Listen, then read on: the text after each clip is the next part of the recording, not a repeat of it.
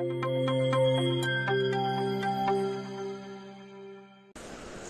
afternoon everyone, myself Priyanka, Assistant Professor in Nursing Department of RPMS. Today we will discuss about the contraindication of induction of labor.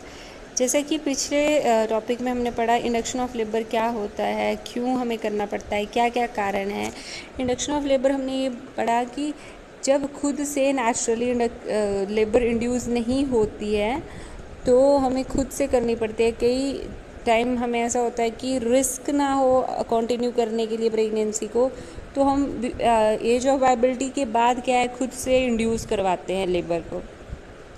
कारण क्या क्या है? माल presentation जैसे normally presentation होती है vertex, जिसमें हमारा जो ऑक्सीपुट है वो सबसे नीचे होता है, ठीक है, तो पेल्विक ब्रिम में होता है। बट इन केस ऑक्सीपुट अगर कोई और प्रेजेंटेशन है, जैसे ब्रीच है, ट्रांसवर्स है, ऑब्लिक लाई है, तो भी high risk pregnancy with the foetal compromise. अगर हम माना कि कंटिन्यू करेंगे प्रेगनेंसी तो बच्चे के लिए वो हानिकारक होगा, तो भी।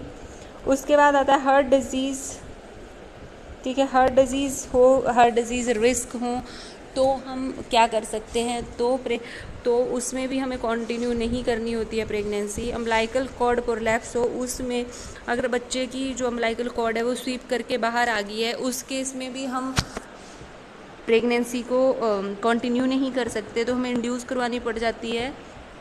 सर्विक्स कार्सिनोमा है, अगर माँ को सर्वाइकल प्रॉब्लम है, जो भी सर्विक्स है वहाँ पे अगर उसको मैलिग्नेंस है तो कंटिन्यू करने से शायद वो सीवियर वर्स्ट हो जाए कार्सिनोमा, तो उन केसेस में भी हम जो प्रेगनेंसी कंटिन्यू नहीं कर सकते और लेबर को इंड्यूस नहीं कर सकते, ठीक है। सी सेक्शन करवाना पड़ता है इन केसेस में। उसके बाद आता है common inductions for the induction of labour, ठीक है, तो पोस्ट मैच्योरिटी हो तो फिटल डेथ होगी, और pre pre mature rupture of membrane हमने पहले भी, या क्रॉनिक हाइड्रोमनियोज हो। उसके बाद आता है parameters to assess the prior to induction of labour. Induction of labour को स्टार्ट करने से पहले क्या क्या पैरामीटर्स हैं जो हमें पहले देखने चाहिए। मैटरनल आते हैं, to confirm the indication of IUL, exclude the contraindication, adequate counselling about the risk benefit of IUL। उसके बाद आता है हमारा assess Bishop scores less than 6 is favourable for the induction of labour.